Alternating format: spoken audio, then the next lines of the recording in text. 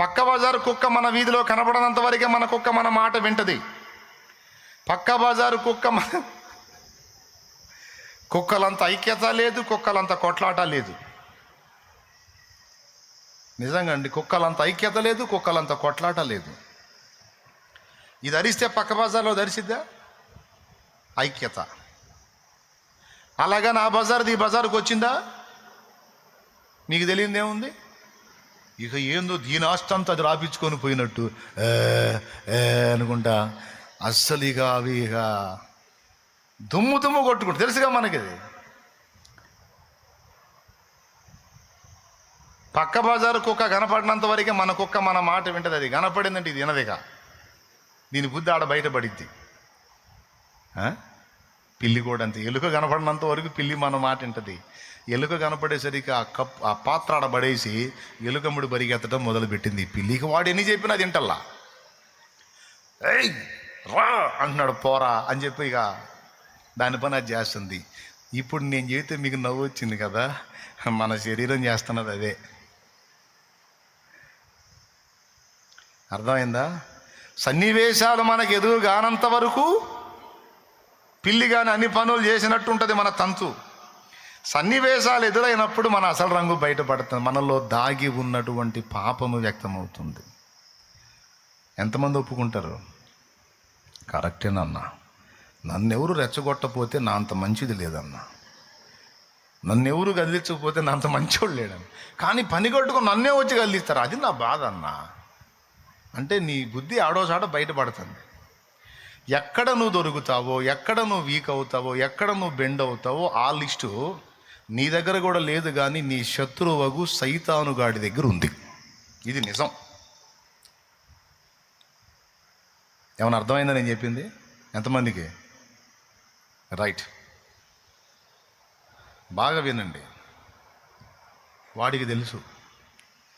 అందుకని నువ్వు ఎప్పుడైతే దేవుని కొరకు నిలబడాలనుకున్నావో, బలపడాలనుకున్నావో, బాగుపడాలనుకున్నావో, పని చేయాలనుకున్నావో, పెద్ద పెద్ద పనులకు నువ్వు పూనుకోవాలనుకున్నావో, వాడు దృష్టించి గురి చూసి ఎక్కడో చోట నువ్వు అడుగులు జారి పడేటట్టు చేస్తాడు.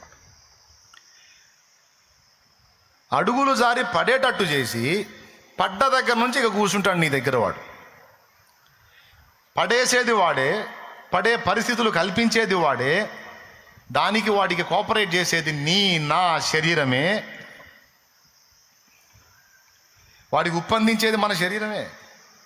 దాన్ని ఆధారం చేసుకొని వాడు దెబ్బ కొడతాడు. కొట్టిన తర్వాత మళ్ళీ వదిలిపెట్టడు వాడు, ఇక కూర్చుంటాడు. కూర్చొని జస్ట్ మీకు ఇస్కరియోతు యోధాను చూడండి. ఇస్కరియోతు యోధాను చూడండి. యూదా మనస్సులో, హృదయములో ఆలోచన పుట్టించింది ఎవరు?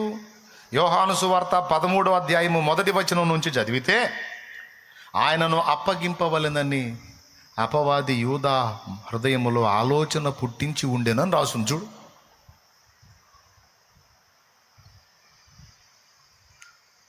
అంటే మనం పడిపోయేటట్టు మనల్ని ఆలోచన పుట్టించి శోధించేది వాడే. మనం పడ్డ తర్వాత అపరాధ భావంతో మనం ఉన్నప్పుడు దాన్ని ఎక్కువ చేసేది వాడే. అపరాధ భావం ఉంటే మంచిదే, కానీ అపరాధ భావం మనల్ని దేవుని పాదాల దగ్గరికి నడిపించాలి, కానీ ఉరికి నడిపించకూడదు, ఆత్మహత్యకు నడిపించకూడదు, బలహీనతకు నడిపించకూడదు. మళ్ళీ చెప్తున్నా, అపరాధ భావం అసలు లేకపోయినా ప్రమాదమే. ఎన్ని పాపాలు చేసి కూడా ఏ ఫీలింగ్ ఉండదు. అలాగని అపరాధ భావం అతి అయినా ప్రమాదమే. ఆ అతి నిన్ను ఉరి కొయ్యకు తీసుకెళ్ళిద్ది. నేను ఇంత పని చేశాను, నేను ఇంత అసహ్యమైన క్రియ చేశాను, ఇంత చండాలంగా ఆలోచించాను, నా బుద్ధి ఇంత పాడు బుద్ధి, నేను ఇంత దరిద్రం అనుకోలేదు, నా దగ్గర ఇంత నీచం ఉంది అనుకోలేదు, నేను ఇంత అసహ్యంగా ఉన్నాను అనుకోలేదు, నేను ఇంత చండాలంగా ఆలోచిస్తాను అనుకోలేదు, నేను ఇంత తప్పుడు పని చేస్తాను అనుకోలేదు. ఇంత చేసిన తర్వాత ఇంకా నేను ఎందుకు బతకాలి, నేను పనికిరాను, దేవునికి పనికిరాను, ఇంత పని చేసిన నేను ఇతరులకు సువార్త ఏం చెప్పేది, ఇతరులకు మంచి నేనేం నేర్పేది, నా దగ్గరే ఇంత వీక్నెస్ ఉంది, ఇంత అసహ్యత ఉంది, ఇంత తప్పు ఉంది, ఇంత చండాలపు మనస్తత్వం నాది, నేను ఎట్లా పనికి వస్తాను దేవుని పనికి, అసలు నాలాంటోడు, నాలాంటిది ప్రాణాలతోనే ఉండకూడదు అన్న కాడికి తీసుకెళ్తాడు వాడు. అందుకే చాలా సీరియస్ బిడ్డ ఇది. అపరాధ భావం నిన్ను ఎక్కడికి తీసుకెళ్ళాలి? దేవుని పాదాల దగ్గర తీసుకెళ్ళాలి. దేవా, నేను పొరపాటు పడ్డానయ్యా, నీ రక్తముతో నన్ను గడుగు, పరిశుద్ధపరచయ్యా, అయ్యా నన్ను కనికరించయ్యా. శత్రువునై నేనుండిన నాడే నన్ను గావగ బలి అయిన దయాళు. శత్రువునై నేనుండిన నాడే నన్ను గావగ బలి అయిన దయాళు.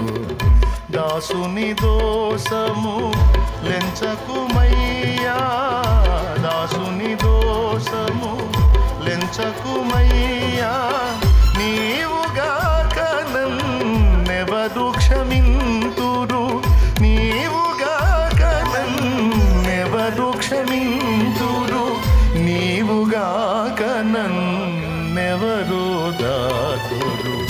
ఎక్కడికి వెళ్ళాలి నాయన? అడుగులు జారిన వేళ, అపరాధము జరిగిన వేళ, పొరపడిన వేళ, పొరపాటు మీరు పడాలి, లేకపోతే దీన్ని ఆధారం చేసుకొని పాపం చేయాలి అని నేను చెప్పట్లేదు నాయన.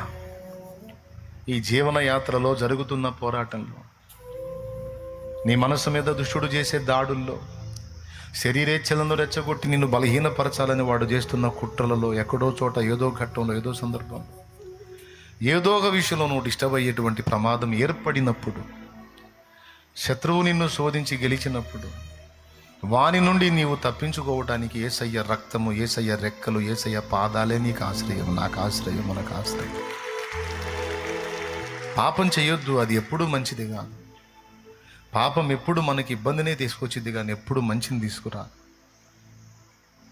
కానీ కొన్నిసార్లు మనం టెంప్టేషన్కి గురవుతాం, బలహీనపడతాం, శోధించబడతాం, డిస్టర్బ్ అవుతాం. చేయొద్దు అని జాగ్రత్తగానే మనల్ని మనం భద్రం చేసుకుంటాం. కానీ కొన్ని సన్నివేశాలు వాడు మన ముందుకు తీసుకొచ్చి మన అడుగులు జారున్నట్లు మనల్ని శోధిస్తాడు.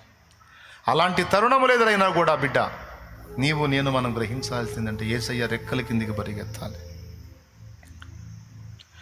ఈ జగమొక పెను మృగతృష్ణయని బాగుగా ఎరిగితి పరులకు నేర్పితి. మృగతృష్ణ అంటే తెలుసా? ఎండమావి అని అర్థం. ఈ జగం ఒక ఎండమావి లాంటిది. ఇందులో దాహం ఎంత తీర్చుకోవడానికి ట్రై చేసినా దాహం తీరదు, తృప్తి కలగదు. ఈ లోకం అలాంటిది, ఈ శరీరం అలాంటిది. తినుట చేత కడుపు తృప్తి చెందదు, వినుట చేత చెవి తృప్తి చెందదు, చూచుట చేత కన్ను తృప్తి చెందదు, అనుభవించుట చేత శరీరము తృప్తి చెందదు. దాన్ని తృప్తి పెట్టే కొద్ది ఇంకా ఎక్కువ అవుతుంటుంది, దాన్ని సంతోష పెట్టే కొద్ది ఇంకా వాంఛలు అధికమవుతాయి తప్ప కంట్రోల్ కావు. ఈ జగమొక పెను, పెను అంటే పెద్ద, మృగతృష్ణయని అంటే ఇదో ఈ జగం ఒక పెద్ద ఎండమావి అని బాగుగా ఎరిగితి పరులకు నేర్పితి. అయినను నామది వ్యర్థత కొరకే, అయినను నామది వ్యర్థత కొరకే పరుగులు తీయగా చోద్యం బాయను. అది పనికిరాంది కదా, పనికి మాలింది కదా, హేయమైంది కదా అని తెలుసు. నేను ఎరుగున్నాను, ఇతరులకు కూడా నేర్పాను, పెద్ద పెద్ద వాక్యాలు చెప్పాను, పెద్ద పెద్ద మాటలు చెప్పాను. అన్నీ చెప్పి నేను మళ్ళీ వ్యర్థమైన దానికోసం ఆరాటపడుతున్నా. నాకు అది దక్కలేదు, ఇది దక్కలేదని అందుకోవటానికి, పొందుకోవటానికి ఆలోచన వస్తుంది నాకు. ఏమైంది నాకు? ఎందుకు ఇది వ్యర్థమైందని తెలిసి కూడా దాని వైపుకే నా మనసు లాగుతుంది. నాకు ఆశ్చర్యం నాయనా.